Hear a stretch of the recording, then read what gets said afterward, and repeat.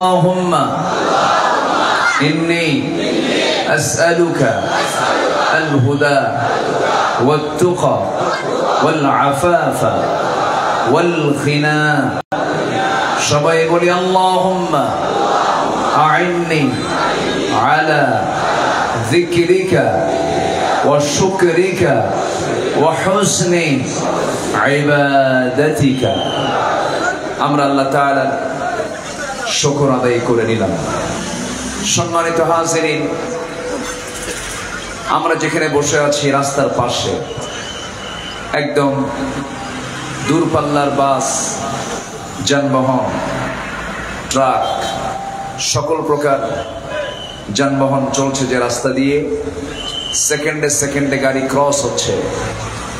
ক্বালা ইয়াকুম ফিল জুলুসি বিত-তুরাকাত, আমার নবীজির হাদিস, তোমরা রাস্তায় বসা থেকে দূরে থাকো। তো আজকের আয়োজনটাই হয়ে গেছে রাস্তার উপরে। আমি একটু দৃষ্টি আকর্ষণে দিতে চাই, বিশেষ করে মাহফিলের যারা ভলেন্টিয়ার আছেন, স্বেচ্ছাসেবকের স্বেচ্ছাসেবার যারা দায়িত্ব পালন করছেন, আপনাকে বসার জায়গা দিতে পারছে না। আমি মাহফিল কমিটির পক্ষ থেকে ক্ষমার সুন্দর দৃষ্টি কামনা করছি। দাওয়াত দিয়ে নিয়ে এসে বসতে না দিতে পারলে তো বেকায় দেয়। তো যাই হোক, যারা কষ্ট করে দাঁড়িয়ে থেকে, অনেকে ঝুলে আছেন, ওই যে সামনের দিকে দেখা যায় অনেকে ঝুলে ঝুলে কোথায় যে দাঁড়িয়ে আছেন, কোথায় কি অবস্থা, এক মানে কঠিন কষ্টের মধ্য দিয়ে আপনারা আজকের মাহফিল উপলব্ধি করছেন, উপভোগ করছেন। আল্লাহ রাব্বুল আলামিন সকল কষ্টের উত্তম জাযা সবাইকে দান করুন। জোরে বলি আমিন, আরো জোরে আমিন। সম্মানিত দ্বীনি ভাইরা, আমরা আজকের এই মাহফিলে ঠিক সেই সময় সমবেত হয়েছি, একত্রিত হয়েছি যে সময় গোটা পৃথিবীতে 800 কোটি জনশক্তির, 800 কোটি মানুষের প্রায় 180 কোটি মুসলমান, প্রতি 4 জনে একজন মুসলমান। 2 শতাধিক রাষ্ট্রের ভিতরে 56টি হলো মুসলিম রাষ্ট্র।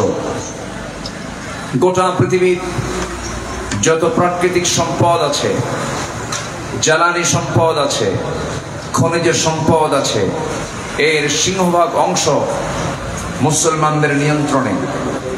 এত কিছু পজিটিভ মুসলমানদের থাকার পরেও গোটা পৃথিবীতে 180 কোটি মুসলমান থাকার পরেও গোটা পৃথিবীতে যে জাতি সবচাইতে নির্যাতিত, নিপীড়িত, নিষ্পেষিত, পদদলিত, লাঞ্ছিত, বঞ্চিত, সেই জাতির নাম কি বলুন তো? বলুন, সেই জাতির নাম কি? মুসলমান। কিন্তু আজকে তো মুসলমানের এই অবস্থা হওয়ার কথা ছিল না। মুসলমান শাসিতের জাত নয়, মুসলমান হলো শাসকের জাত। মুসলমান কারো দ্বারা পরিচালিত হওয়ার জাতি নয়, মুসলমান হলো পরিচালকের জাত। কিন্তু দুঃখজনক হলো সত্য, গোটা পৃথিবীতে মুসলমানদের সেই শৌর্য বীর্যের, সেই গৌরবগত ইতিহাস, মুসলমান সেই প্ল্যাটফর্ম থেকে অনেক দূরে ছিটকে পড়ে। বিপন্ন পৃথিবীর অনিবার্য ঠিকানা, হতাশাগ্রস্ত মানুষের আলোর দিশা কোরআনে কারীম থেকে সেই মুসলমান আজকে শুধু দূরে না অনেক দূরে, শুধু দূরে না অনেক দূরে। এখানে যারা বসে আছেন, আমি যদি বলি আল্লাহর কালামে কোরআন, যে কোরআনটাকে সহি করে পড়ে না, কোরআন থেকে লানত দেয়। রুব্বা কারিন লিল কুরআনি ওয়াল কুরআনু ইয়ালআনুহু, কোরআন থেকে লানত দেয় যে কোরআনটাকে সহি করে পড়ে না। আর যে ব্যক্তি কোরআন পড়েই না, তার তো কোনো কথাই নেই। যে ব্যক্তি কোরআনটাকে সহি করে পড়ে না, কোরআন থেকে লানত দিচ্ছে। যদি এখানে প্রশ্ন করি, বলুন তো, আজকে মাহফিলের যারা শ্রোতা হয়েছেন কোরআনের, অধিকাংশ শ্রোতার কোরআন তেলাওয়াত সহি না ভুল? এটা উত্তর দিতে হবে। আপনাকে আমি দোষী বানাচ্ছি না, আমি একটু বোঝানোর জন্য বলছি। অধিকাংশের কিন্তু তেলাওয়াতটা ভুল। অনেকে অধিকাংশ কোরআন হয়তো পড়তেই পারে না, কিন্তু এই চিত্র তো হওয়ার কথা ছিল না। এই চিত্র তো আমাদের দেখার কথা ছিল না। দেশ স্বাধীন হয়েছে 53 বছর।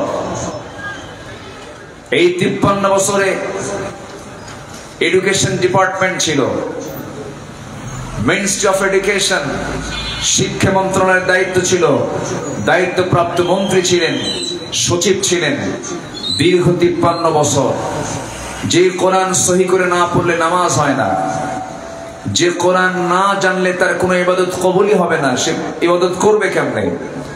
সেই কোরআন আজকে 53 বছর এই দেশের বয়স, 18 কোটি মানুষের সিংহভাগ মানুষ আজকে কোরআনটাই সহি করে পড়তে পারে না।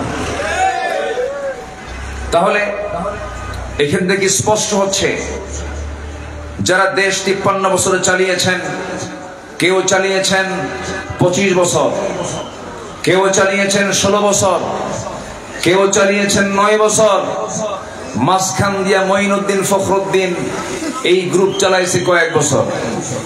কিন্তু সবার নামের আগে মোহাম্মদ ছিল, তারা সবাই ছিলেন মুসলিম পরিবারের সন্তান। দেশ চালাইছেন তারা, মুসলমান হওয়ার পরও তারা ইসলাম দিয়ে দেশ চালান নাই। ইসলাম দিয়ে যদি দেশ চালাতেন, আজকে জাতির চিত্র এমনটা হতো না। জাতি আজকে অধিকাংশ বেনামাজি হতো না।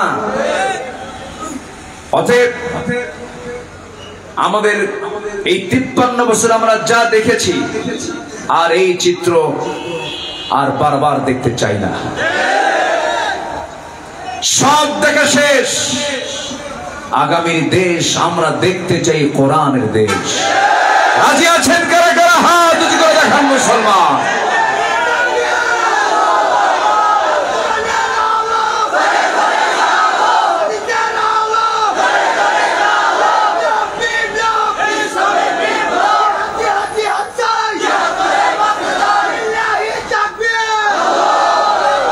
আল্লাহ কবুল করুন। জোরে বলি আমিন, আরো জোরে আমিন। সম্মানিত হাজির, আমাকে শোনা যায়? আমাকে শোনা যাচ্ছে? সবাই শুনতে পাচ্ছেন তো? যে এখানে একটু নীরব ভাবটা পাবেন না। মাহফিলের সৌন্দর্য বৃদ্ধি পায় হলো নীরব একটি সুন্দর পরিবেশ হলে, ঠান্ডা পরিবেশ হলে ভালো হয়। কিন্তু রাস্তায় তো গাড়ি চলে, আওয়াজ আসে, আমার আওয়াজে গাড়ির আওয়াজে দুটা মিক্স হয়ে যায়, একটা আবেগ, একটা সৌন্দর্যের এখানে এসে একটা ধাক্কা খায়। যাই হোক, যেহেতু আমরা এরকম একটা পরিবেশে বসেছি, এই পরিবেশে আমরা মেনে নিয়ে সামনের দিকে আস্তে আস্তে চলে যাচ্ছি। জোরে বলি ইনশাআল্লাহ, আরো জোরে বলি ইনশাআল্লাহ। সম্মানিত হাজিরিন, এই লোহাগাড়ায় আমি বহুবার আসতে চেয়েছি, আমাকে আসতে দেয়নি ফেরেশতারা। তো সেই ফেরেশতারা যে এখন গেল কই তাও তো জানি না। এখন দ্বিতীয় আসমান না চতুর্থ আসমানে আল্লাহ জানে। যাই হোক, সম্মানিত বন্ধুগণ, সবচেয়ে বড় অপরাধ হলো কোরআন শুনতে না দেওয়া। কোরআন শুনতে না দেওয়া, এই কাজ কি সাধারণ ব্যক্তিদের কাজ না আবু জেহেলদের কাজ? বলেন কাদের কাজ ছিল এগুলো? কোরআন শুনতে না দেওয়া, কোরআন শুনতে বাধা দেওয়া, এটা মুসলমানের কাজ না, এটা ফেরাউনের কাজ, আবু জেহেলদের কাজ, নমরুদদের কাজ। ফেরাউন আসমানি কিতাবে আগুন ধরিয়ে দিয়েছিল, আসমানি কিতাব পুড়ে দিয়েছিল। আবু জেহেল ঘটা করে লাহুয়াল হাদিস, এই বাহরাইন, তারপরে আশপাশের যে রাষ্ট্রগুলো ছিল, ইয়েমেন, শাম, এই সমস্ত অঞ্চল থেকে সে নায়িকা ভাড়া করত, গায়িকা ভাড়া করত, অভিনেত্রীদের ভাড়া করে তাদের গান বাজনাগুলো মক্কায় চালু রাখতো, যেন মুহাম্মাদের কোরআন তেলাওয়াত যেন বন্ধ হয়ে যায়। বিগত 16 বছর আমরা দেখেছি এই বাংলার জমিনে জাকির নায়েককে আসতে দেওয়া হয়নি, জগৎ বিখ্যাত বড় বড় ইসলামিক স্কলারদের আসতে না দিলেও এই দেশে আগমন হয়েছে লম্পট চরিত্রের সালমান খানের, লম্পট চরিত্রের শাহরুখ খানের, চরিত্র বিধ্বংসী সানি লিওনদের, এই সমস্ত চরিত্র বিধ্বংসী ব্যক্তিদের আগমন হয়েছে। কিন্তু বিশ্বনন্দিত ইসলামিক স্কলারদের ঢুকতে দেওয়া হয়নি। বাংলাদেশের একটা ইস্যুকে কেন্দ্র করে জাকির নায়েকের নাগরিকত্ব পর্যন্ত বাতিল করে দেওয়া হয়েছিল। সম্মানিত ভাইয়েরা, এই সাবকন্টিনেন্ট থেকে ইসলামের সকল সৌন্দর্য, ইসলামের তাহসিব তামাদ্দুনকে নির্মূল করে দেওয়ার জন্য এক গভীর ষড়যন্ত্রে মেতে উঠেছিল বিগত 16 বছর। বিগত সরকার এটার এজেন্ট হিসেবে কাজ করেছিল। কিন্তু সব ধরার বড় ধরা কে ধরেন? আসতে বলবেন কে ধরেন? আল্লাহ ধরেছেন। ইন্না বাতশা রাব্বিকা লাশাদীদ। আমি যেখান থেকে তেলাওয়াত শুরু করেছি আস্তে আস্তে আমি ওইদিকে যাচ্ছি ইনশাআল্লাহ। বলেন আমাকে সময় দিচ্ছেন তো? জোরে বলি ইনশাআল্লাহ। আমার মাহফিল অঙ্গনে 26 বছর। এই 26 বছরের 16 বছর আমাকে বিপরীত স্রোতে থাকতে হয়েছে। প্রতিদিন মাহফিলে যাওয়ার আগ দিয়ে বাড়িতে আগে ফোন দিয়ে বলতাম, যদি বাড়িতে না থাকতাম, যাচ্ছি মাহফিলে, কি যা হয় একটু চোখ কান খোলা রাখো।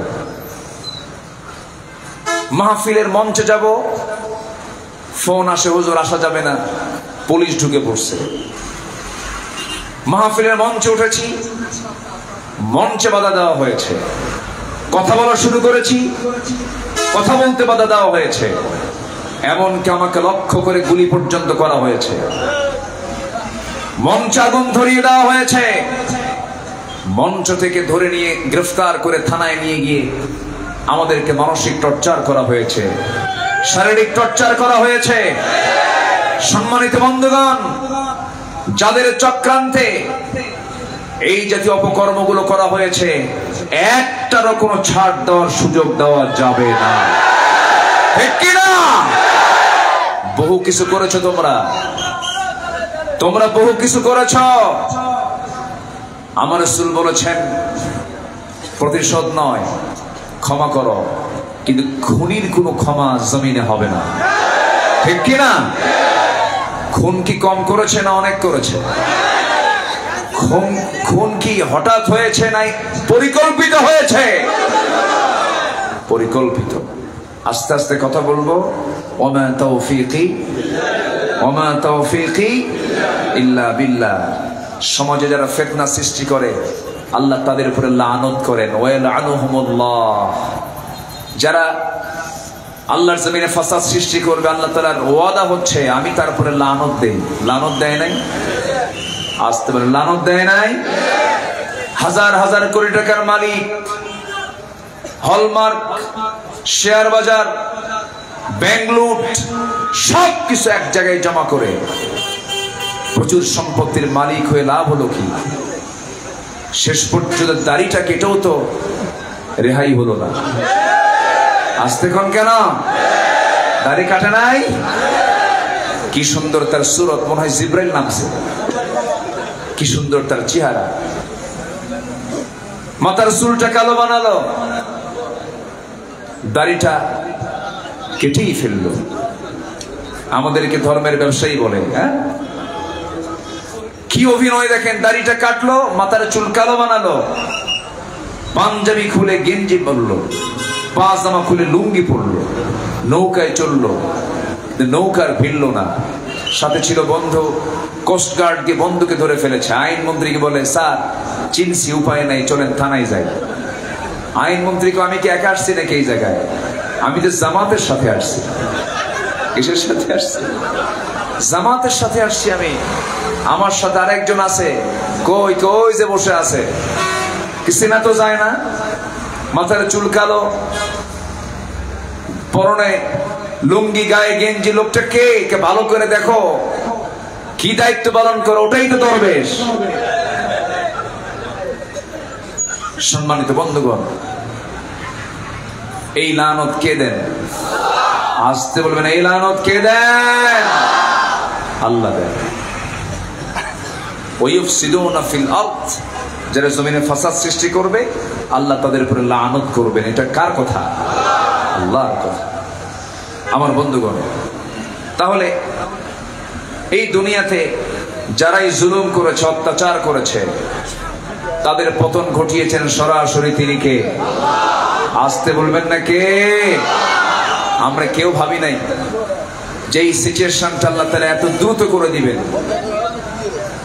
যুবকদের দিল থেকে আল্লাহ ভয় দূর করে দিয়েছিলেন, কিন্তু যদি যুবকরা ভয় পেয়ে যেত, যুবকরা যদি পালাতো, তাহলে কি হতো? ইল্লা তানফিরু ইউআযিবকুম আযাবান আলীমান ওয়া ইস্তাবদিল কওমান গায়রাকুম ওয়া লা তাদুররুহু শাইআ। জোরে বলুন আল্লাহু আকবার। তোমরা যদি পলায়ন করতে, তাহলে কি হতো? তোমাদের পরিবর্তে তোমাদের উপরে এমন একজন শাসক চাপিয়ে দিতাম যাদের কোনো ক্ষতি তোমরা করতে পারতে না। আমার বন্ধুগণ, সেই জুলাই থেকে আন্দোলন শুরু হলো 5 আগস্ট পর্যন্ত যুবকরা হাসতে হাসতে জীবন দিয়ে দিয়েছে, চুল পরিমাণ ভয় পায় নাই। স্বরাষ্ট্রমন্ত্রীকে এক পুলিশ দেখিয়ে দিয়ে বলছে, স্যার একটা গুলি করি একটাই পড়ে, কিন্তু বাকিগুলো ভয়ে পিছনে দৌড়ায় না, তারা সবাই সামনের দিকে আগায় আসে। এই যে তাদের কদমটা মজবুত হলো, এই যে তারা সহযোগী সামনের দিকে এগিয়ে আসলো, এটার পিছনে তাদের কদম মজবুত করে দিয়েছেন তিনি আমার কে? আসতে বলবেন না, তিনি আমার কে? এই যে আমরা বিজয়টা নিলাম, এই যে আমরা স্বাধীনটা হলাম, কিন্তু এই স্বাধীন এই বিজয় কিন্তু প্রকৃত বিজয়ের স্বাধীনতা নয়। আমরা সেই দিন পরিপূর্ণ বিজয় অর্জন করতে পারবো যেদিন আমরা দেখতে পাবো বাংলার সবুজ ভূখণ্ডে কালিমার পতাকা উড্ডীন হয়েছে। কার কালিমা? আসতে বলুন না, কার কালিমা? আল্লাহর কালিমা দুর্বল না মজবুত? আল্লাহ রাব্বুল আলামিন বলেন, ألم تر كيف ضرب الله مثلا كلمة طيبة كشجرة طيبة أصلها ثابت وفرعها في السماء। আল্লাহর কালিমা খুব মজবুত। এই কালিমার প্রতি আমাকে আপনাকে টিকে থাকতে হবে, এই কালিমাকে আমাকে আপনাকে লালন করতে হবে। এই কালিমাকে উড্ডীন করার জন্য সাহাবে কেরাম রাসূলের নেতৃত্বে চলে গেছেন বদরে, চলে গেছেন উহুদে, চলে গেছেন হুনাইনে। আমার নবীর নেতৃত্ব অবলম্বন করে ৮৬টা যুদ্ধ পরিচালিত হয়েছে। সাহাবে কেরাম সকল যুদ্ধে অংশগ্রহণ করেছেন, শুধু একটা উদ্দেশ্য, সেটা হলো সব কিছুকে পরাজিত করে কার কালিমা উড্ডীন করা। কার কালিমা? আল্লাহর কালিমা।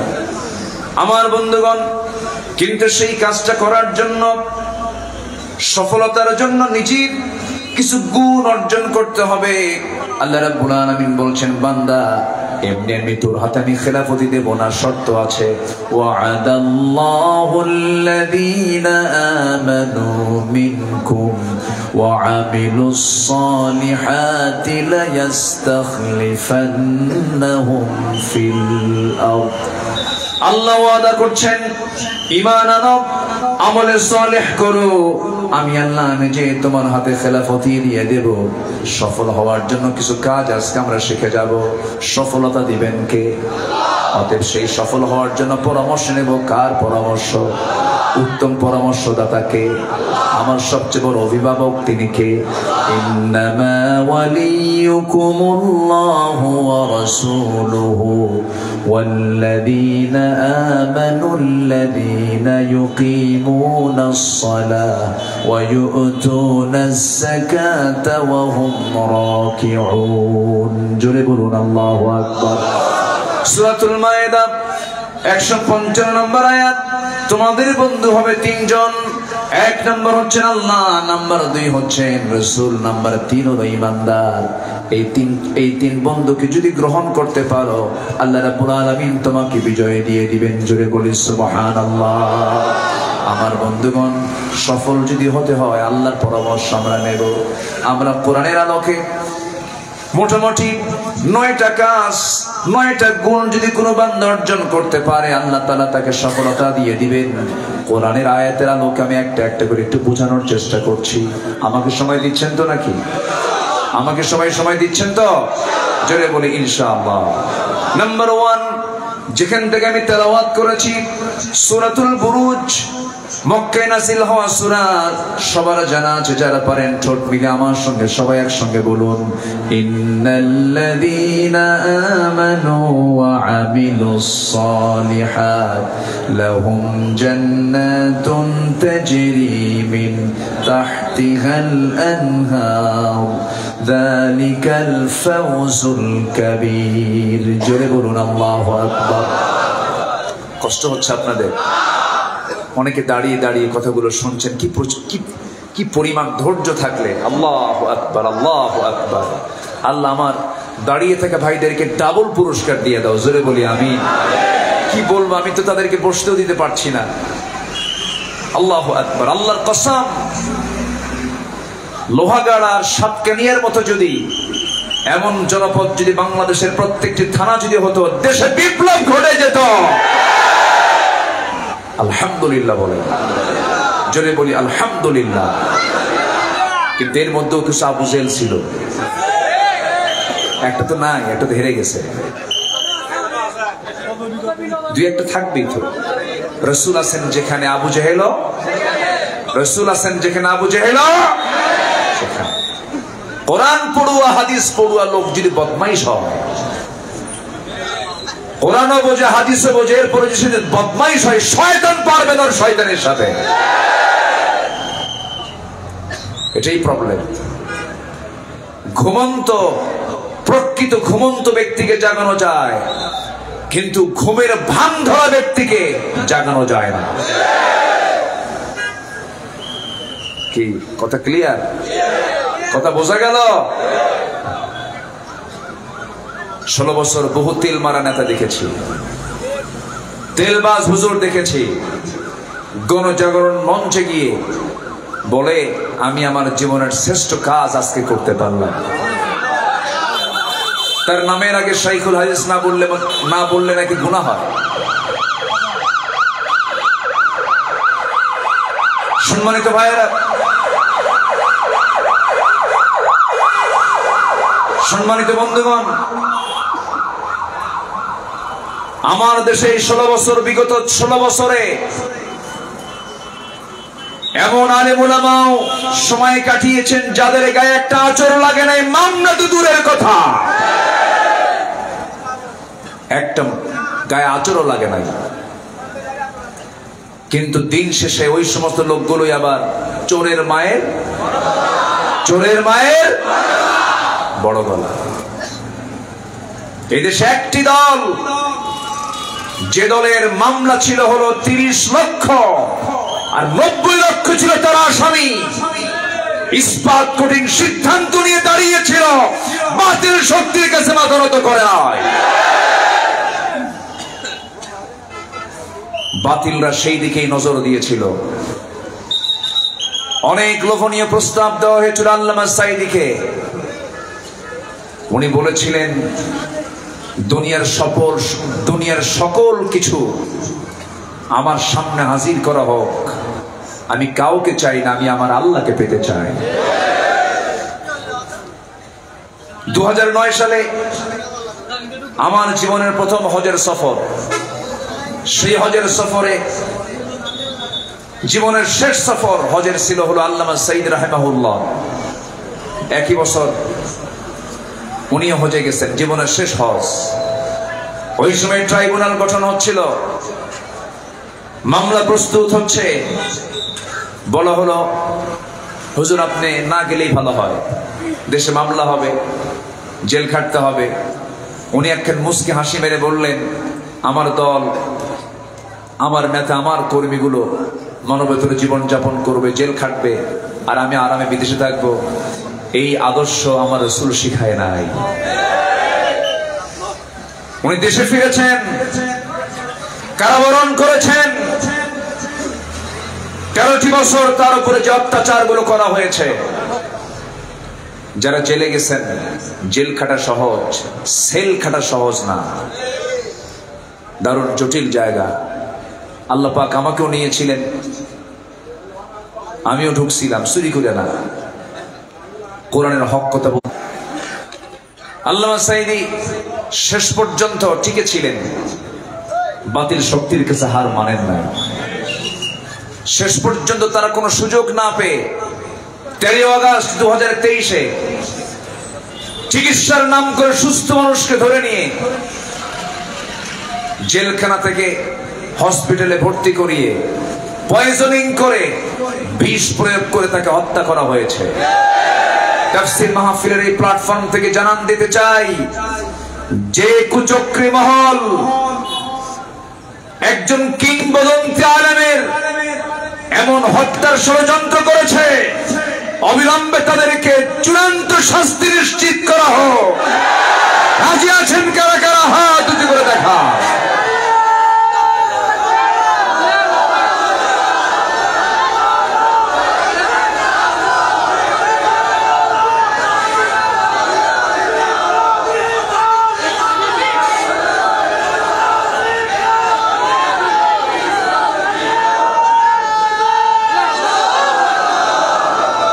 আল্লাহ কবুল করুন, জোরে বলি আমিন, আরো জোরে আমিন।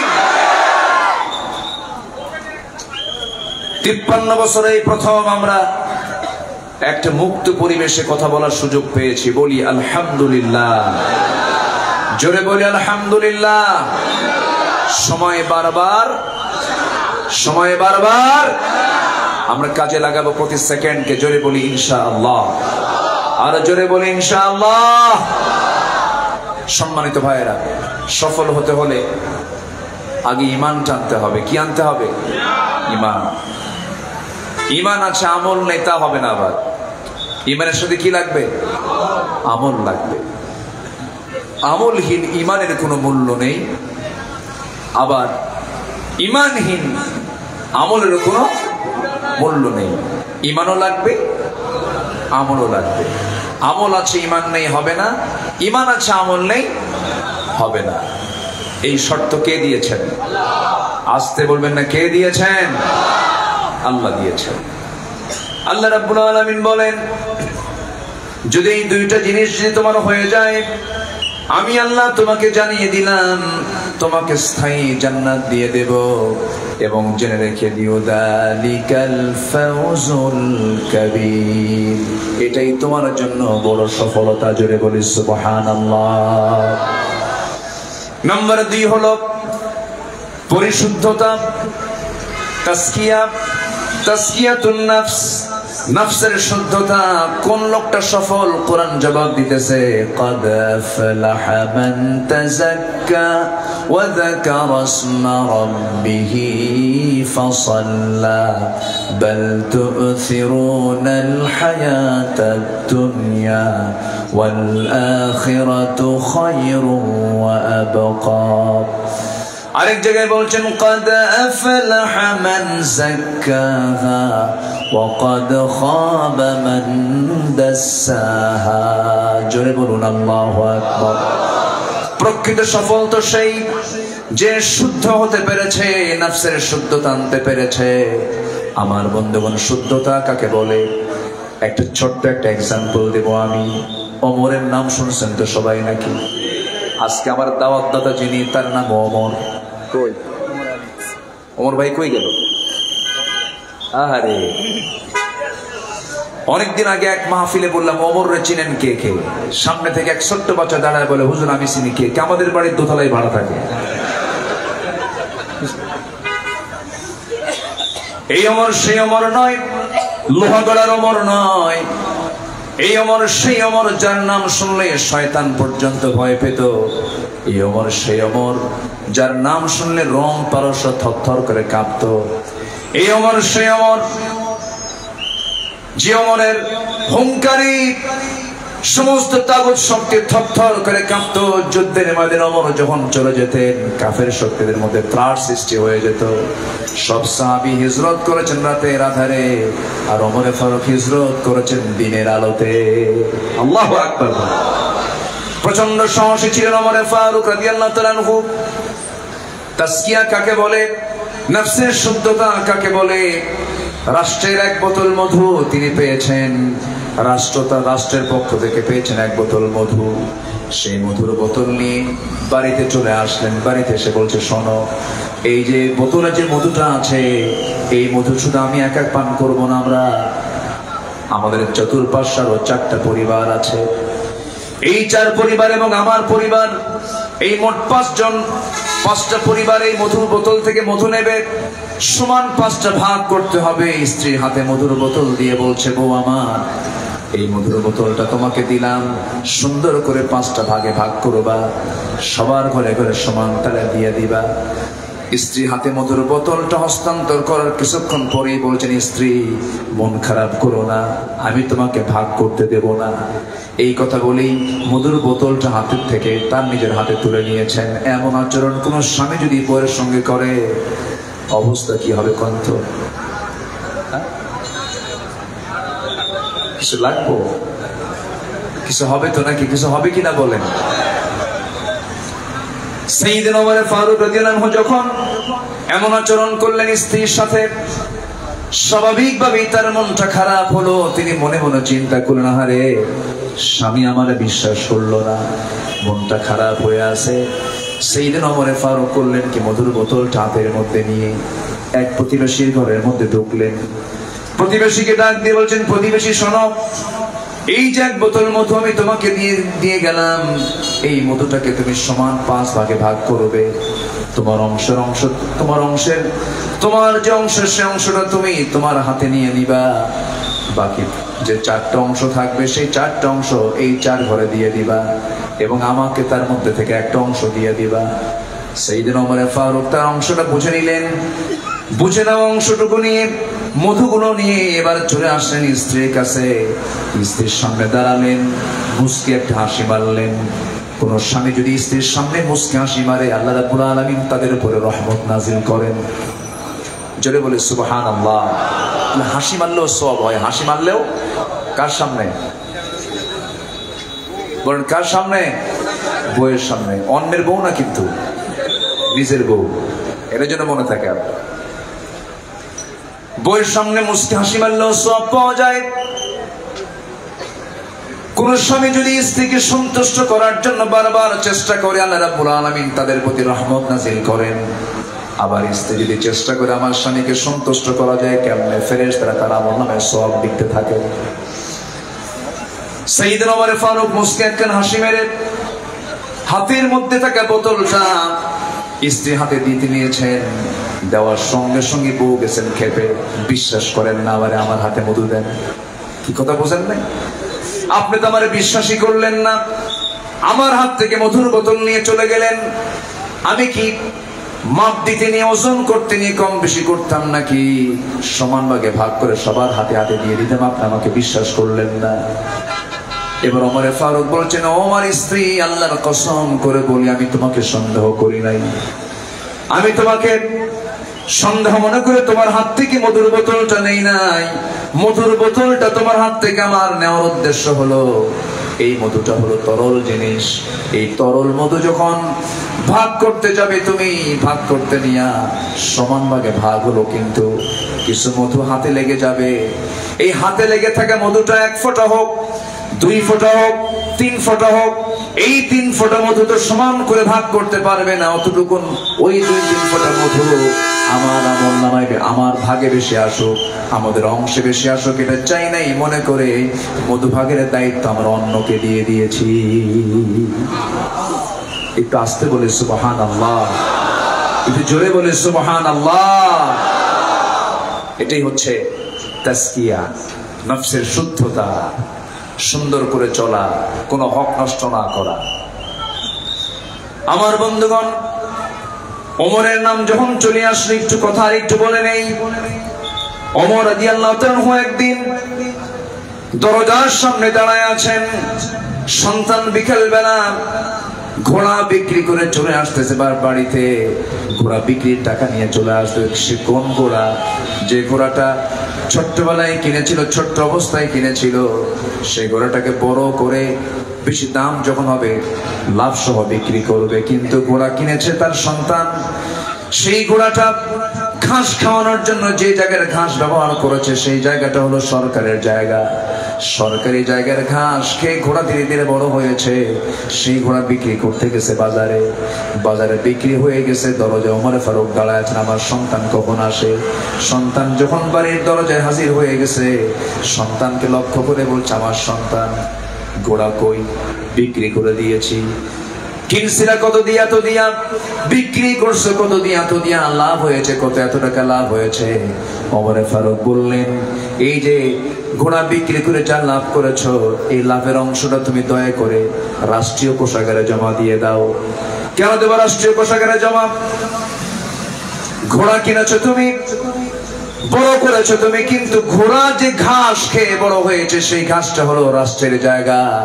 অতএব তোমার লভ্যাংশটুকু তোমার নয়, লভ্যাংশটুকু সম্পূর্ণ রাষ্ট্রীয় কোষাগারে জমা হয়ে যাবে। قد أفلح من تزكى وذكر اسم ربه فصلى بل تؤثرون الحياة الدنيا والآخرة خير وأبقى। আল্লাহ রাব্বুল আলামিন জিকিরের কথা পরে বললেন, নামাজের কথা পরে বললেন। প্রথম বললেন নফস শুদ্ধ করো, তাসকিয়া নিয়ে আসো, শুদ্ধতা নিয়ে আসো। আমার নবীজি একটা হাদিসে বলেছেন, হাদিসটা হলো, আলা ইন্না ফিল জাসাদি লামুদগাতান ইযা সালুহাত সালুহাল জাসাদু কুল্লুহু ওয়া ইযা ফাসাদাত ফাসাদাল জাসাদু কুল্লুহু আলা ওয়া হিয়াল কলব। তোমাদের দেহের ভিতরে এমন একটা গোশতের টুকরা আছে, সেই গোশতের টুকরা যদি ঠিক থেকে যায় সব ঠিক থেকে যাবে, আর সেই অংশটুকু যদি নষ্ট হয়ে যায় সব নষ্ট হয়ে যাবে। সাবধান, সেই জিনিসটার নাম হলো আলা ওয়া হিয়াল কলব, সেটাই হচ্ছে কলব। এটাকে ঠিক রাখার চেষ্টা করতে হবে। আমার বন্ধুগণ, সফল যদি হতে চাও, কদ আফলাহ মান তাযাক্কা, সফল যদি হতে চাও নফসের শুদ্ধতা নিয়ে আসো। সকল কিছু করতে হবে কার সন্তুষ্টির জন্য? আসতে হবে না, কার সন্তুষ্টির জন্য? নামাজ পড়বো কার জন্য? দান সদকা করবো কার জন্য? সকল কিছু হবে কার জন্য? বিড়ি খাবো কার খুশিতে? আল্লাহর খুশিতে। এ জাতি বিড়ি বেশি খায় না ভাত বেশি খায়? হ্যাঁ, এত বিড়ি খায়। সকালবেলা যদি নাস্তা না হয়, সকালবেলা যদি নাস্তা না হয়, যদি সকালের খাবার ব্রেকফাস্ট যদি না হয়, কি মিস নাই? বলেন কি মিস নাই? বিড়ি মিস নাই। বিড়ি খাবে, আবার মাহফিলে এসে প্রশ্ন করে, হুজুর বিড়ি খাওয়া কি জায়েজ আছে? মানে উনি জায়েজের চেষ্টায় আছেন। বন্ধ তো দূরে থাক, কোন নেশা ইসলাম অনুমোদিত নয়। সকল নেশাই হলো হারাম। বলেন সকল নেশা কি? আরো জোরে, আরো জোরে, আরো জোরে। সকল নেশা হারাম, নেশা করা যাবে না। হাইরে বিড়ি খায়, সে বিড়ির টান দিয়া ধোয়া মুখ ভরাইয়া চারতলায় পাঠায়, আছে না? আছে। নেশা করা যাবে না। আল্লাহ তুমি নেশা থেকে বাঁচাও। এইদিকে আবার একটু দক্ষিণে গেলে, কক্সবাজারের দিকে গেলে আবার কিছু মান্না সালুয়া পাওয়া যায় নাকি, কি কব আমি ওটার নাম কি? কি কয় ওটার নাম কি? দানা দানা দানা।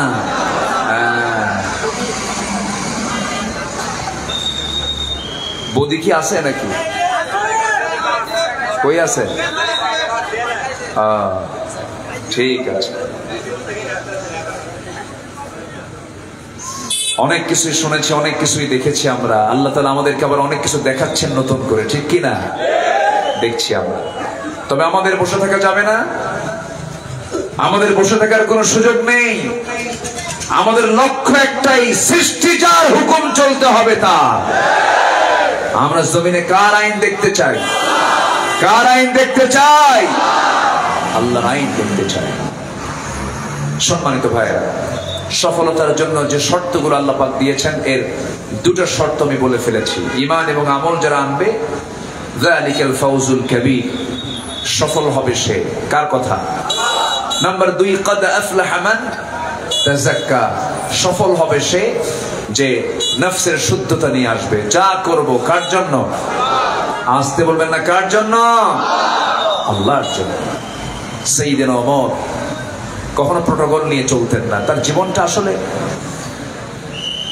মহাত্মা গান্ধীর মতো মানুষ বলেছেন, ভারতের স্বাধীনতার একজন বিশাল নায়ক শ্রী মহাত্মা গান্ধী একজন হিন্দু ভদ্রলোক, তিনি বলতে বাধ্য হয়েছেন যে অশান্ত পৃথিবীকে শান্ত করার জন্য ওমরের মতো একটা শাসক বর্তমান দুনিয়াতে দরকার।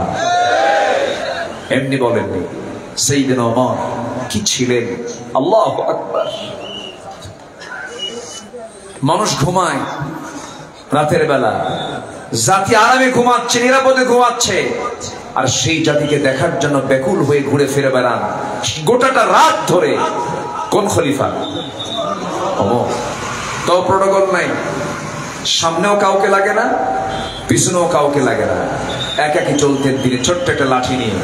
মদিনার অলিতে গলিতে ঘুরে ঘুরে দেখতেন আমার নাগরিক, আমার জনগণগুলো কেমন আছে। মাঝে মাঝে সেজদায় পড়ে পড়ে কাঁদতেন, ছটফট করে কেঁদে কেঁদে বলতেন, অস্থির হয়ে বলতেন, আমার ভাইরা, ফোরাত নদীর তীরে একটা কুকুর যদি অনাহারে মারা যায়, ইরাকে রাস্তার খারাপের কারণে যদি একটা উটের পা ভেঙে যায়, কিয়ামতের দিন উটের পা কেন ভাঙলো, কুকুর কেন মারা গেল, এটার জন্য আমার আল্লাহর সামনে আমার জবাব দেওয়া লাগবে। অথচ এই 16 বছর কেমন করে মানুষগুলো মেরেছে, পাখির মতো গুলি করে মেরেছে, কি পরিমাণ হত্যা করেছে, কি পরিমাণ গুম করেছে। সর্বশেষ এই যে আমার সন্তানগুলো আন্দোলন করলো, মরে গেছে লাশ, সে লাশ সহ যে লাশগুলো ভ্যানের উপরে ছিল, ভ্যান সহ গাড়ি সহ পুড়ে সবগুলো ছাই বানায় দিয়েছে। আমার বন্ধুগণ আয়না ঘর বানিয়েছে, কি করে নাই আমার বন্ধুগণ। ওই ফেরাউন যেমন তার ক্ষমতাকে পাকাপোক্ত করার জন্য জীবন্ত মার পেট চিরে সন্তান বের করে মাকেও মেরেছে, সন্তানকেও মেরেছে, ঠিক তেমনি নিজের ক্ষমতাকে পাকাপোক্ত করার জন্য 16 বছর তারা হত্যার পর হত্যা করেছে।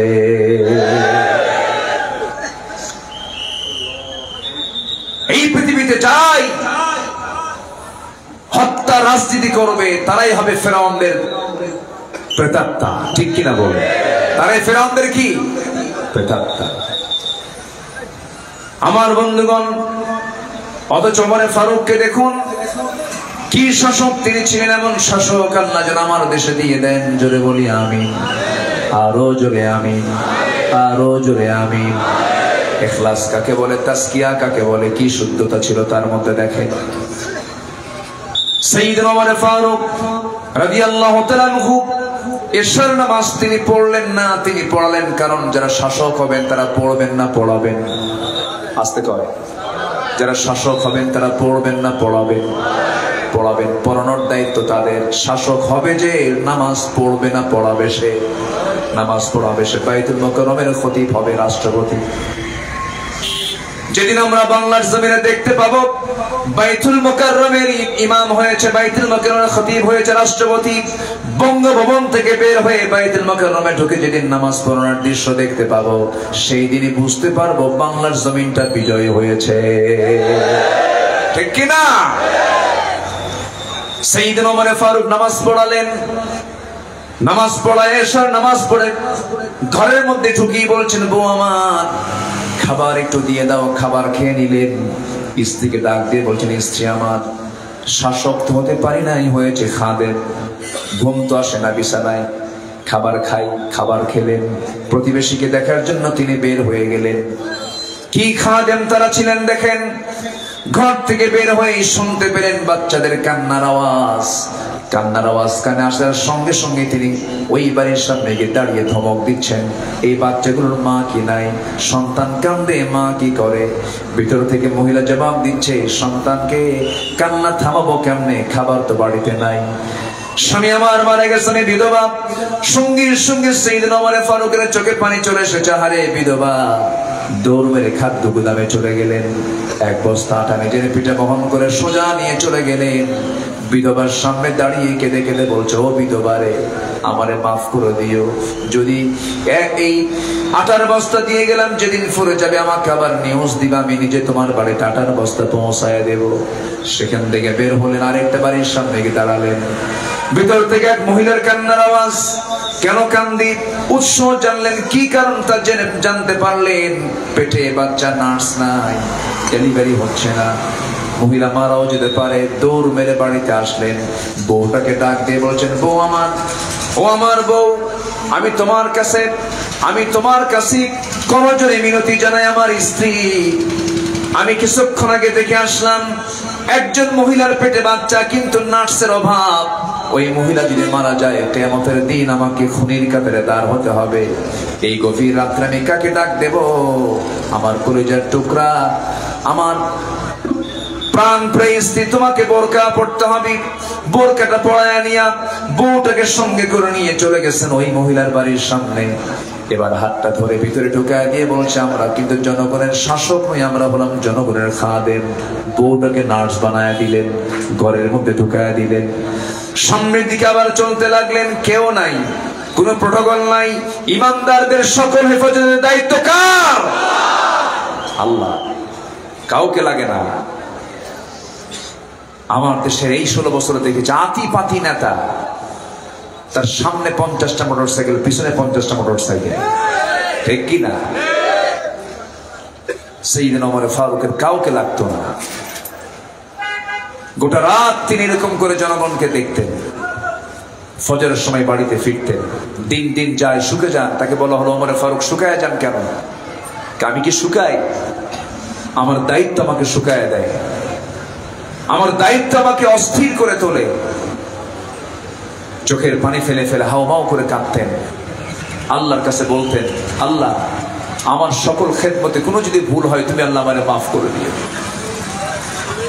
আমার বন্ধুগণ, ভিতরে ইখলাস থাকতে হবে, নফসের ট্রিটমেন্ট করতে হবে, পরিশুদ্ধতা আনতে হবে, তাহলে আল্লাহ রাব্বুল আলামিন আমাদের সফলতা দিয়ে দিবেন।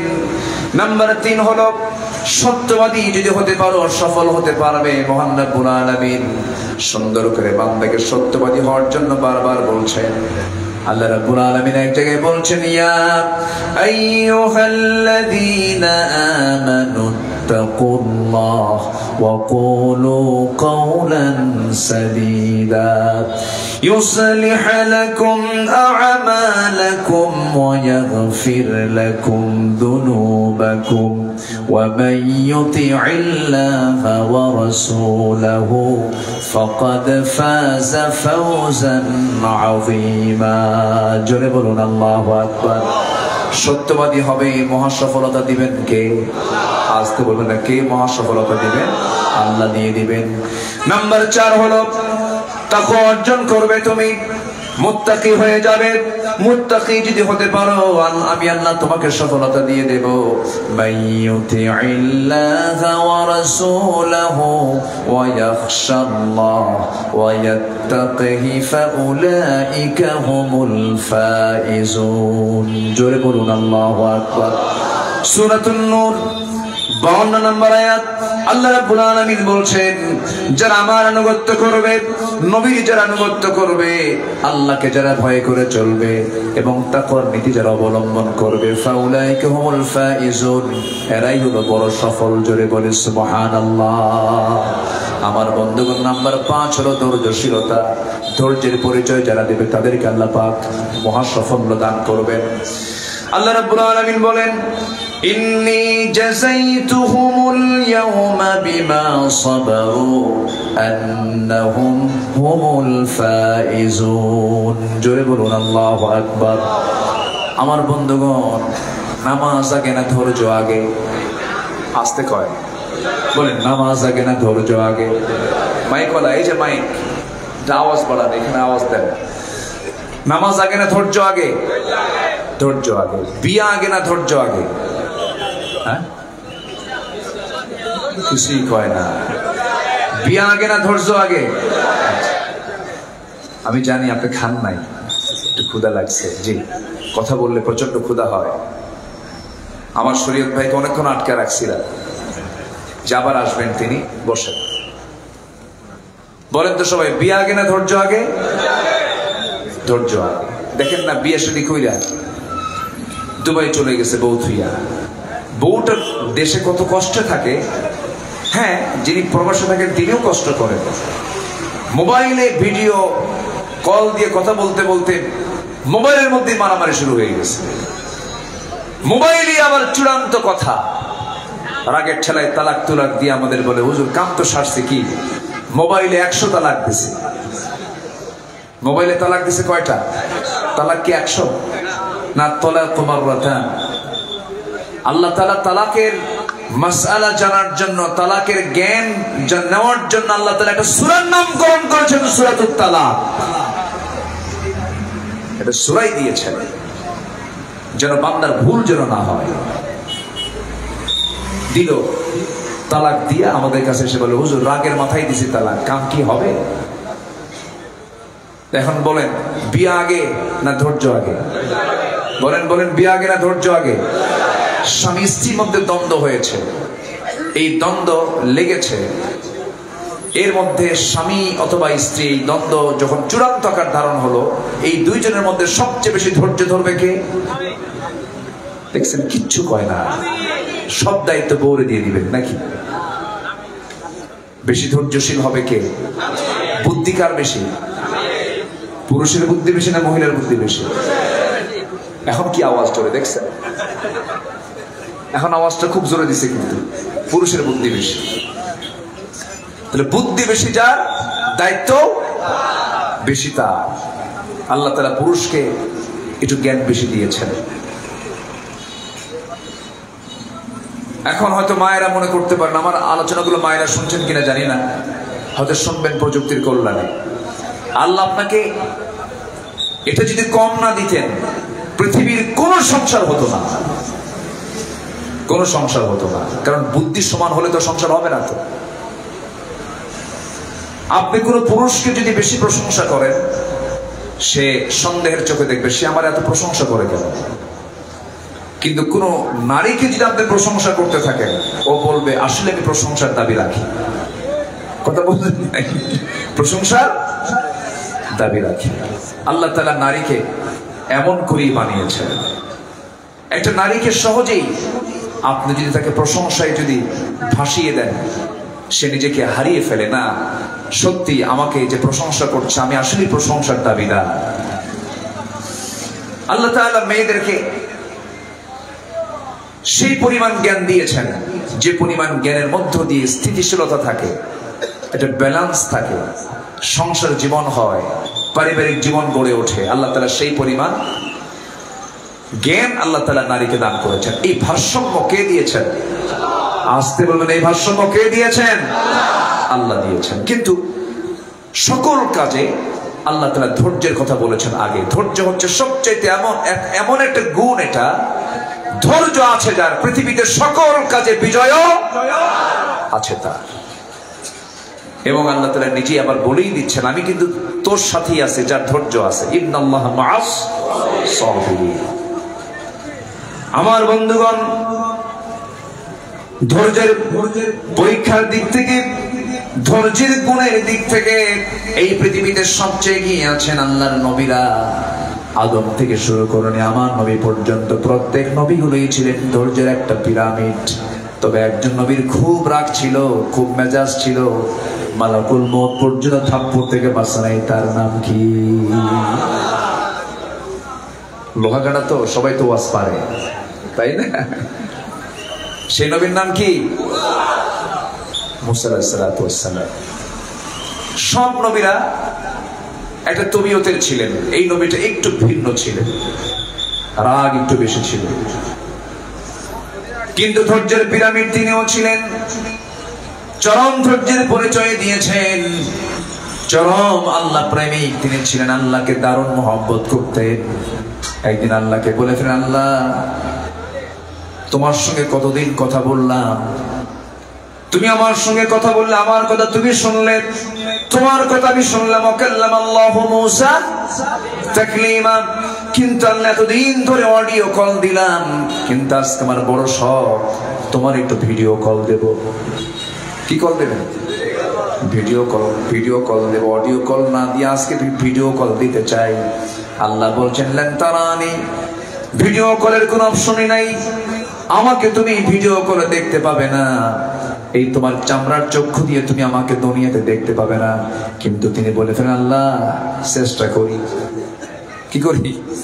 চেষ্টা করি। লান তারানি, লান শব্দ প্রয়োগ করার পরে তো আর কিচ্ছু থাকে না, এরপরও তিনি বলছেন না আমি তোমাকে দেখবই। আল্লাহ বলেন তুর পাহাড়ে চলে আয়।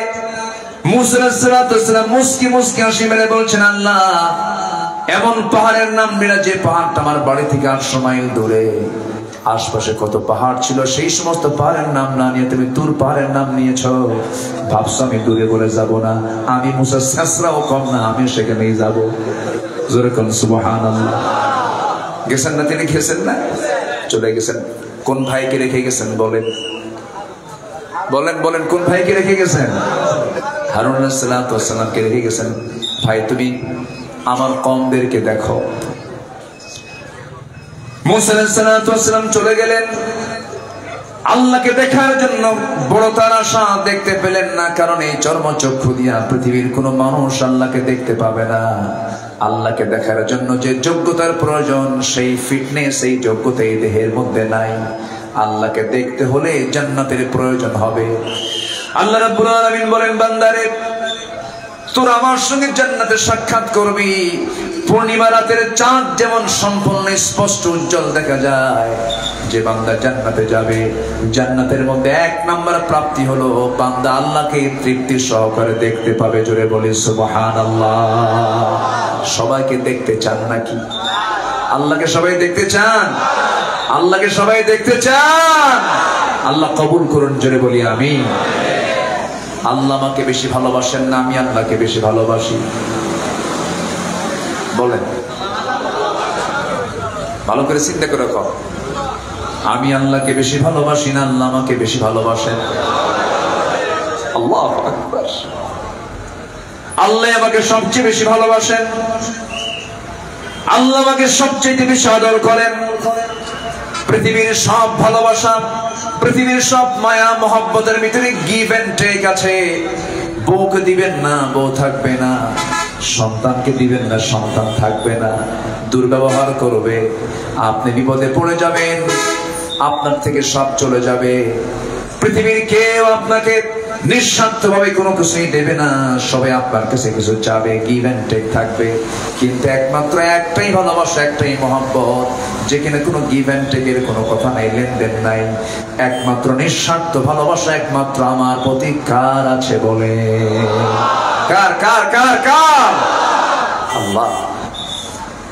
অথচ আমরা বইয়ের জন্য পাগল হয়ে যাই, সন্তানের সচ্ছলতার জন্য সুদের কারবার, সন্তানের সচ্ছলতার জন্য ঘুষের কারবার, সন্তানের পরিবারের সচ্ছলতার জন্য রাতকে দিন করা, হালালকে হারাম বানায়া, রাতকে দিন বানায়া কত কিছু করি।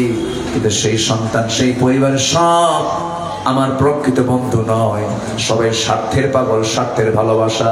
কিন্তু আমার আল্লাহ আমাকে আপনাকে যে পরিমাণ ভালোবাসেন, সেই ভালোবাসা যদি আমরা অর্জন করতে পারতাম, আল্লাহকে যদি ভালোবাসা উপহার দিতে পারতাম, আল্লাহ বলেন বান্দা তুই আমার দিকে হেঁটে হেঁটে আসিস, আমি তোর দিকে দৌড়ায় দৌড়াইয়া যাই।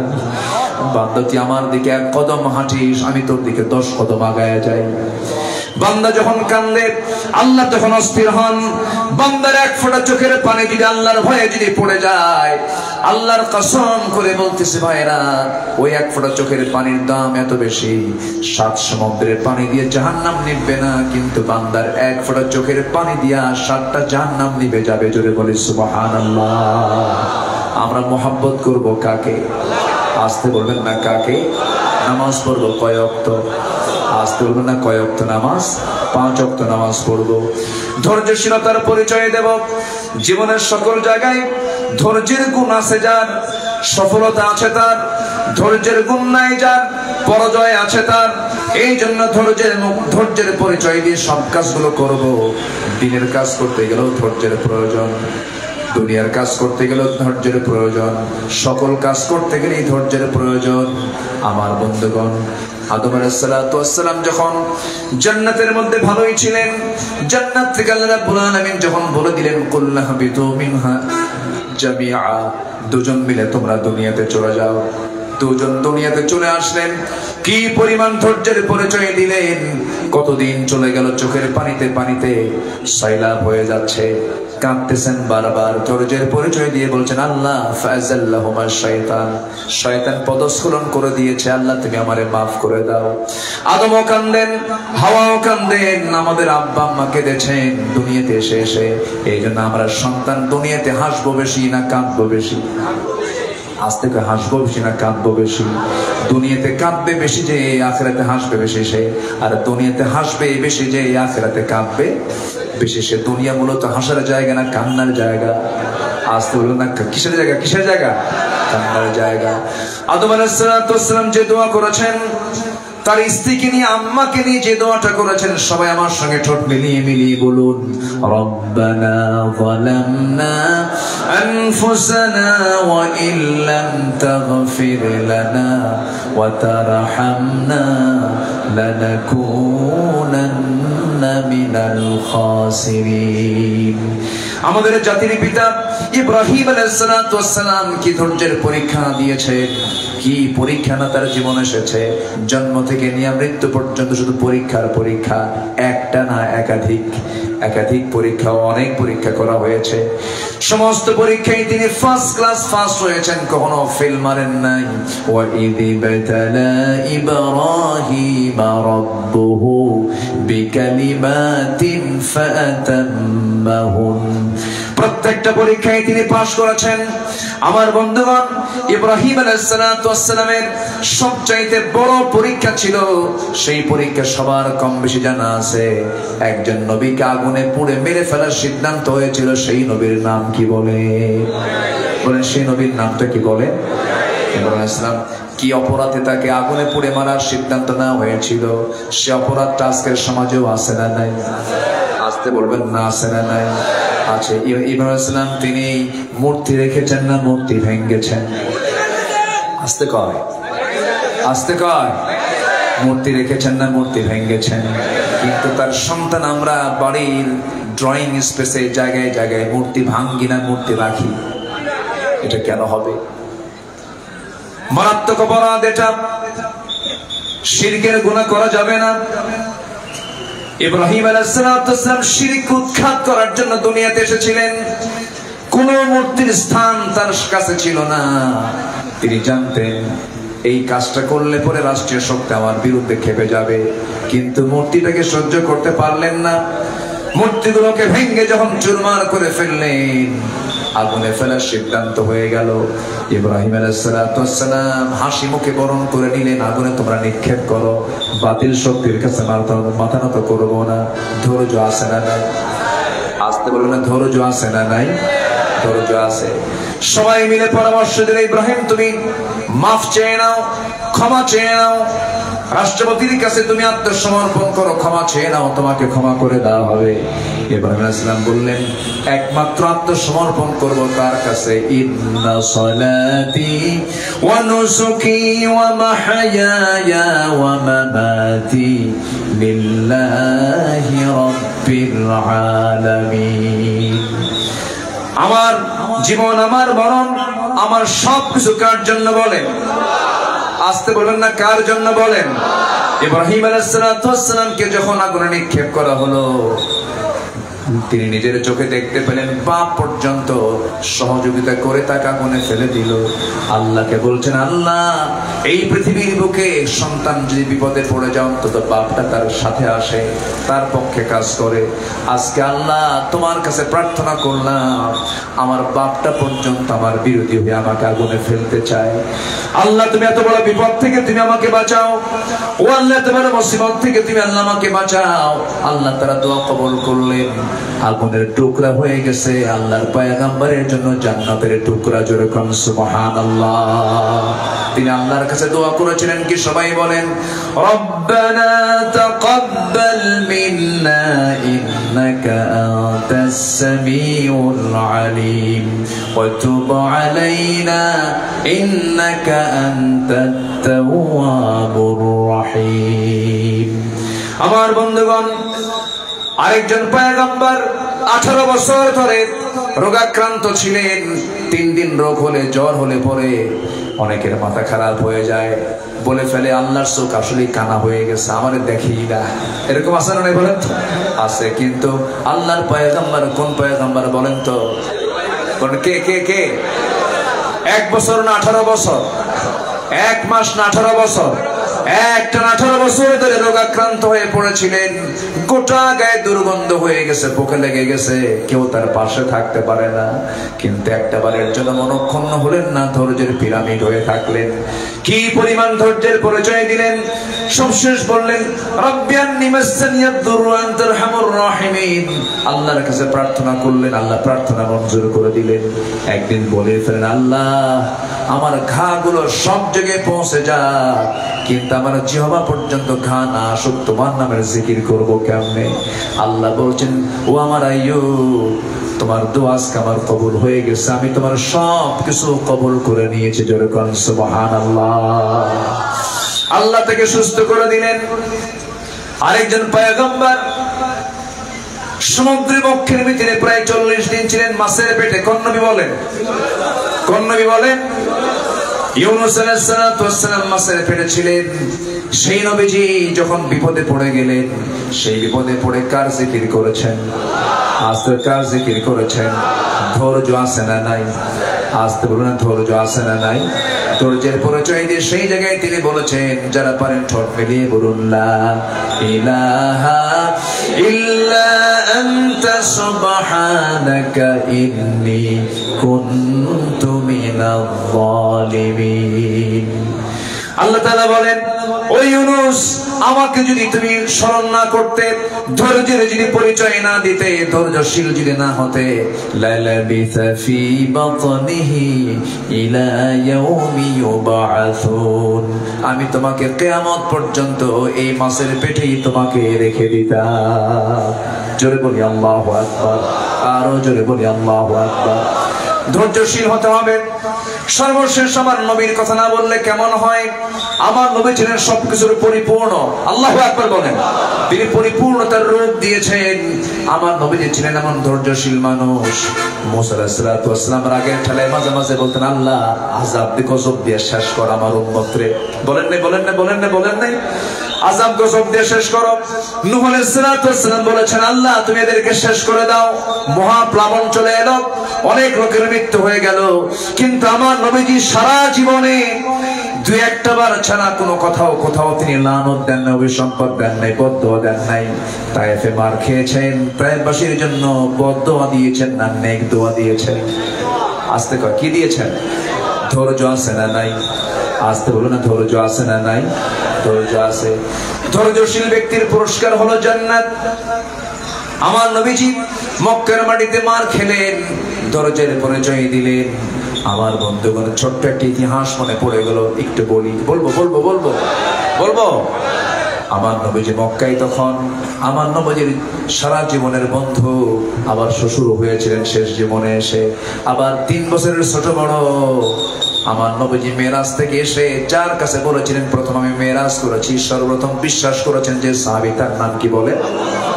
তার নাম বলেন কি নাম সাইয়েদনা আবু বকর সিদ্দিক রাদিয়াল্লাহু তাআলা আনহু আমার নবীজি তার বাড়িতে আছেন মক্কার ঘটনা সাইয়েদনা আবু বকর সিদ্দিক রাদিয়াল্লাহু তাআলা আনহু সেই সময় নামাজ ফরজ হয়ে গেছে হারামের মধ্যে ঢুকলেন নামাজ শুরু করতেছেন উতবা সাইবা মুগিরা ওয়ালিদ কাট্টা কাফের গুলো তাকে দেখে ফেলেই অতর্কিত হামলা করে ফেললো জমিনে ফেলে দিল নাকের উপরে খড়ম জুতা দিয়া একটা চাপা দিল নাক বেয়ে ফিঙ্কি দিয়ে রক্ত পড়া শুরু হয়ে গেল নাক মোচা হয়ে গেল সেন্সলেস হয়ে পড়ে থাকলেন উতবা সাইবা মুগিরা তারা সবাই মনে মনে ভাবলো কুহাফারা ছিল আবু বকর বুঝে মারা গেছে সেন্সলেস হয়ে পড়ে আছেন সব চলে গেছে যখন তারপরে তার সেন্সটা ফিরে এসেছে সেন্স ফিরিয়ে দেখেন গড়ে গড়ে নাক দিয়ে রক্তগুলো পড়তেছে শরীরটা দুর্বল হয়ে গেছে। সাইয়েদনা আবু বকর মনে মনে চিন্তা করলেন, আমাকে তো মারলো, এই সমস্ত দুষ্টগুলো নবীর বাড়ির দিকে গেল কিনা। নিজের দিকে কোনো খেয়াল নাই, নবীর দিকে খেয়াল সৃষ্টি হয়ে গেছে। সোজা নবীর দরবারে চলে গেছেন। দরজার সামনে গিয়ে দরজায় নক করে বলছেন, ইয়া রাসূলুল্লাহ, আমি আবু বকর, দরজা খুলুন। আমার নবী দরজা খুললেন। দরজা খোলা মাত্রই তিনি রক্তাক্ত চেহারা দেখে বলছে, আবু বকর, এমন অবস্থা হয়েছে কেন? সঙ্গে সঙ্গে তিনি বলছেন, হুজুর, সিজদা দিয়েছি, উতবা সাইবা মুগিরা আমার নাকটা বোচা করে দিয়েছে, আমাকে সেন্সলেস করে রেখেছিল। আল্লাহ আমাকে হুঁশ ফিরায় দেওয়ার সঙ্গে সঙ্গে আপনার কথা মনে হয়ে গেছে, হুজুর, আমার জীবন চলে যায়, চলে যাক, আপনার গায়ে একটা আঁচড় না লাগুক। আমার নবী দারুণ খুশি হয়ে গেলেন। রাসূল বলছেন, আবু বকর, কিছু বলতে চাও নাকি? বলো হুজুর, মক্কার হাওয়া ভালো না, চোরাগুপ্ত হামলা শুরু হয়ে গেছে, আমরা মক্কার বাইরে চলে যাই। রাসূল বলছেন, আবু বকর, তোমার শরীর থেকে যে পরিমাণ রক্ত ঝরতেছে, তোমার তো খাবারের প্রয়োজন, চলো আমরা বাইরে চলে যাই। মক্কার বাইরে চলে গেলেন। মক্কার বাইরে গিয়ে আমার নবীজি বন্ধু আবু বকরের জন্য তিনি খুঁজতেছেন কিছু খাবার, কিন্তু কোথাও কোনো খাবার নাই। মেষের পাল খুঁজলেন, পেলেন না। উটের পাল খুঁজলেন, পেলেন না। ছোট্ট একটা ছাগল পাল দেখলেন না। একজন রাখালকে তার পাশে দেখলেন, রাখালকে ডাক দিয়ে বলছে, রাখাল, একটা সাগি দেবে নাকি? কেন, কি করবেন?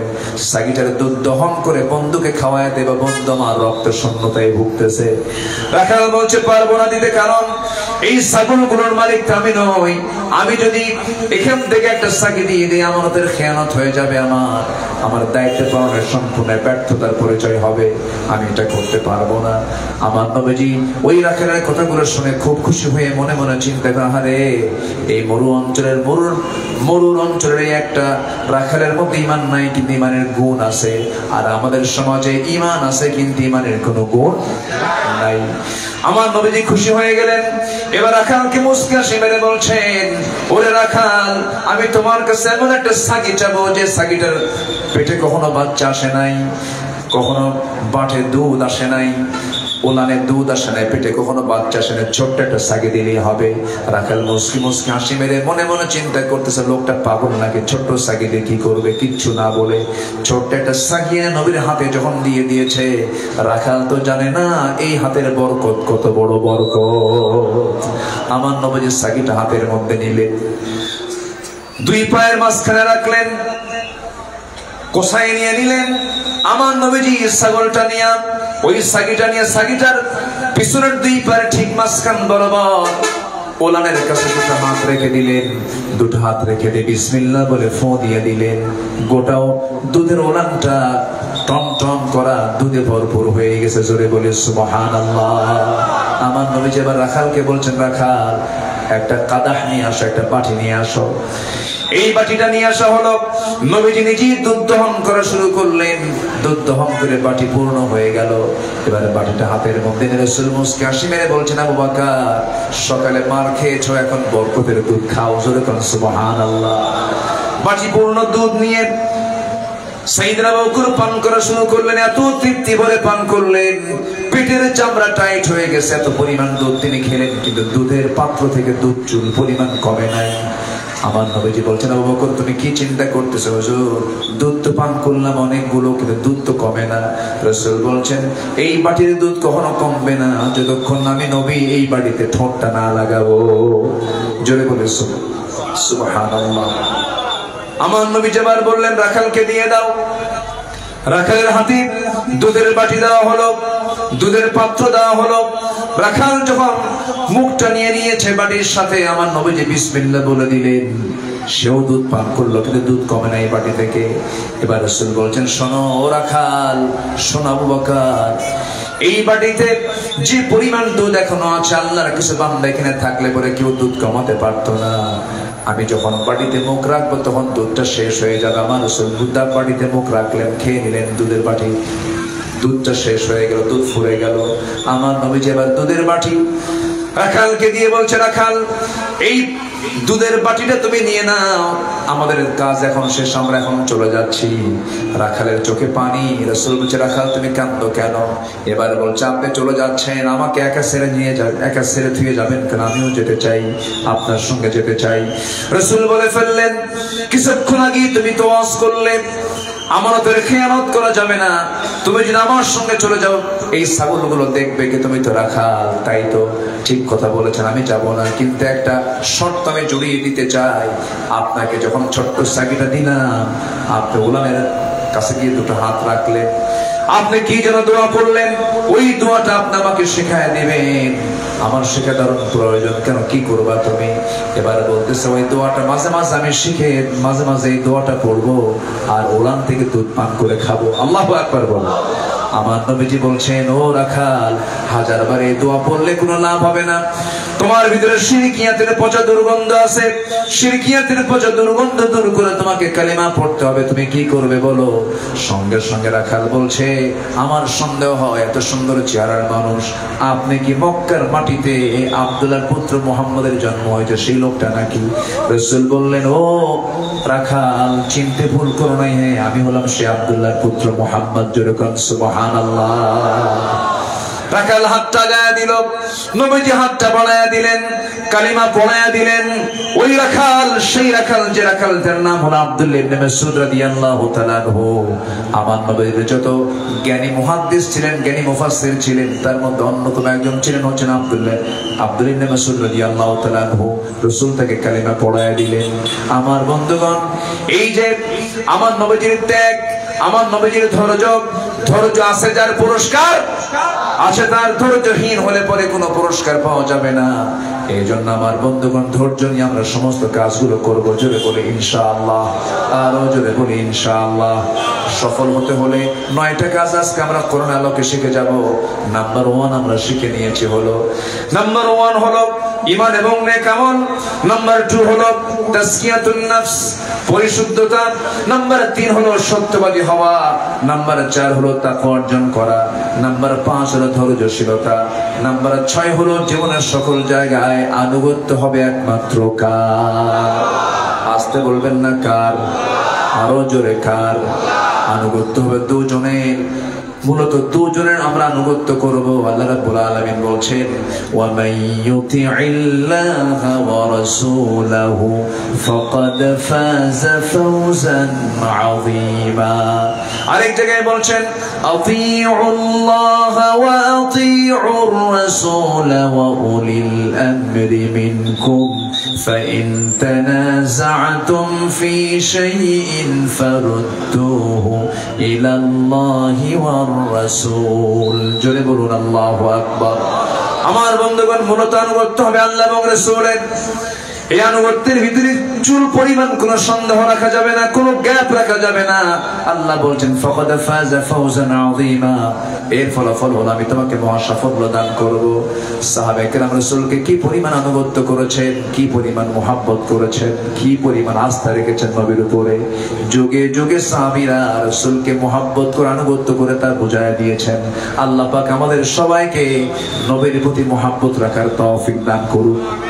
আরো জোরে বলি আমিন, আরো জোরে বলি আমিন, আরো জোরে বলি আমিন। নাম্বার 7 হলো সৎ কাজের আদেশ দেওয়া। অসৎ কাজের বাধা দিলে পরে তুমি সফল হয়ে যাবে। কার কথা? আল্লাহ রাব্বুল আলামিন সূরা আলে ইমরানের 104 নম্বর আয়াতে বলছেন, ওয়াল তাকুম মিনকুম উম্মাতুন ইয়াদউনা ইলাল খায়রি ওয়া ইয়া'মুরুনা বিল মা'রুফি ওয়া ইয়ানহাউনা আনিল মুনকার ওয়া উলাইকা হুমুল মুফলিহুন। জোরে বলুন আল্লাহু আকবার। প্রত্যেকটা আয়াতে মুফলিহুন, আফলাহ শব্দ আল্লাহ রাব্বুল আলামিন সাজিয়ে দিয়েছেন। বান্দা, সফল যদি হতে চাও আমার কাছ থেকে পরামর্শ নিয়ে নাও, সফল হবে। তুমি সৎ কাজের আদেশ দাও, সৎ কাজের বাধা দাও। আমরা সুযোগ পেয়েছি, ধরুন এই পদুয়ার বাজারে আমরা কোন বেনামাজি লোককে দেখতে চাই না। কেন দেখতে চাই না? আমরা তাদেরকে নামাজির জন্য দাওয়াত দেব। পদুয়ার প্রত্যেকটা মানুষ হবে নামাজি। জোরে বলি ইনশাআল্লাহ। দাওয়াতি কাজ করার দরকার আছে না নাই? আসতে বলবেন না, আছে না নাই? পদুয়ার বণিক সমিতি, ব্যবসায়ী সমিতি আছে না নাই? ব্যবসায়ী সমিতি ঘোষণা করবে, আজান যখন হবে দোকানের শাটার বন্ধ হবে, মসজিদের দরজা খোলা হয়ে যাবে। এটা হচ্ছে সৎ কাজের আদেশ। তোমার গ্রামকে যুবক তুমি সাজাও, তুমি তো দেখিয়ে দিয়েছো বাংলাদেশকে। তোমার হংকার গর্জনে গণভবনের বাসিন্দার সময় পেয়েছিল মাত্র 45 মিনিট। তুমি তোমার গ্রামকে সাজাও, বেনামাজির তালিকা করো, কারণ নামাজ পড়ে না, তাদের ঘরে দাওয়াতের টিম পৌঁছে যাও, দাওয়াতি কাজ করো। গ্রামের কোন ঘর থেকে কার মেয়ে অর্ধলগ্ন পোশাক পরে লিপস্টিক লাগায়া কপালে টিপ লাগায়া চুল ছেড়ে দিয়ে বের হয়, তালিকা করো। চলে যাও সবাই মিলে তার বাবার কাছে গিয়ে বলো, আপনার মেয়ে অর্ধলগ্ন হয়ে বের হয়, আমরা যুবক, আমাদের চোখের গুনাহ হয়, আপনার মেয়েকে সামলান। আস্তে কয়, আস্তে কয়, ঠিক কিনা? এটাই হচ্ছে ওয়াতানহাউনা আনিল মুনকার।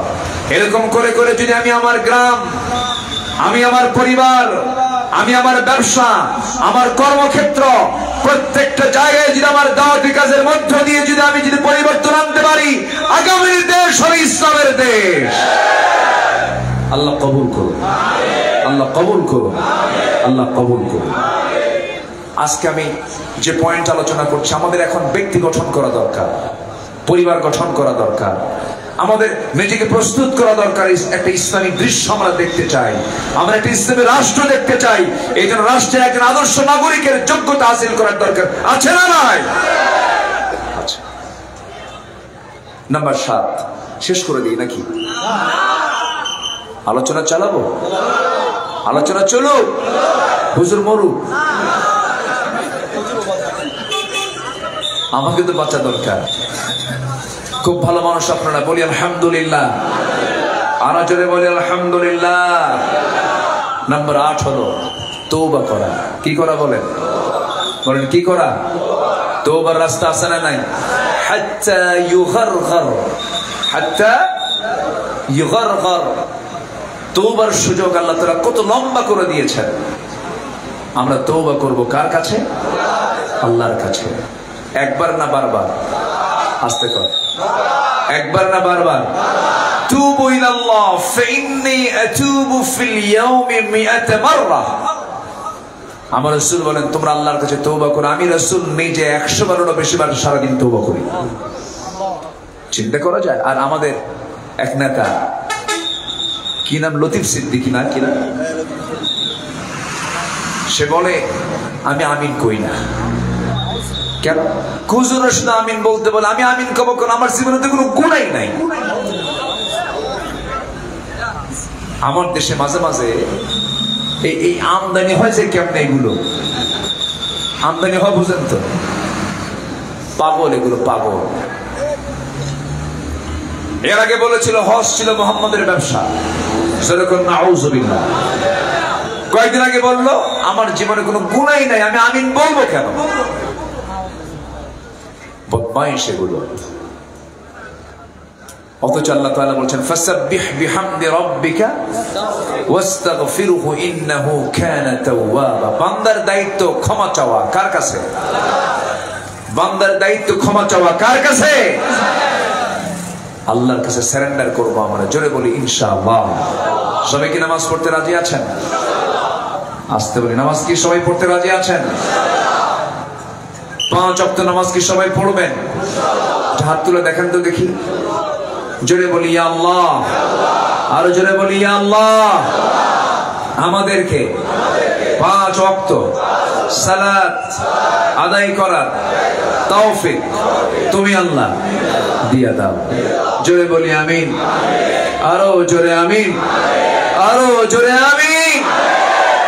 তওবা আছে যার, তওবা আছে যার, ক্ষমা আছে তার। তওবা নাই যার, ক্ষমা নাই তার। আল্লাহ তাআলা তওবা নামে একটা সূরাও দিয়েছেন তওবার গুরুত্ব বোঝানোর জন্য। তুবু ইলাল্লাহ তাওবাতান নাসুহা। আরেক জায়গায় বলছেন তুবু ইলাল্লাহি জামিআ আইয়ুহাল মুমিনুন লাআল্লাকুম তুফলিহুন। প্রত্যেকটা আয়াতে তুফলিহুন মুফলিহুন আছে না নাই? আচ্ছা, আমি আজকে সফলতা কোন পথে এই সাবজেক্টের উপরে কথা বলার চেষ্টা করছি। আমি আলোচনার মাঝ পথে আছি, এখনো অর্ধেক আলোচনা পড়ে আছে। কি করব বলেন?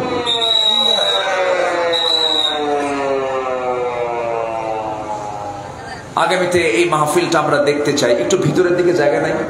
নিরিবিলি জায়গা আছে না? মাঠ আছে তো মাঠে করবেন। আর ঝুঁকিপূর্ণ তো, যে জোরে গাড়িগুলো যায়, হঠাৎ করে একটা ভাই যদি নিচে পড়ে যায় মাহফিলে এসে, এটা আমাদের জন্য ঝুঁকিপূর্ণ মনে হচ্ছে। আমি ভাবতেছি যে তাড়াতাড়ি শেষ করে দিই নাকি? 12টা বাজেছে। হিয়া হাত্তা মাতলাইল ফজর।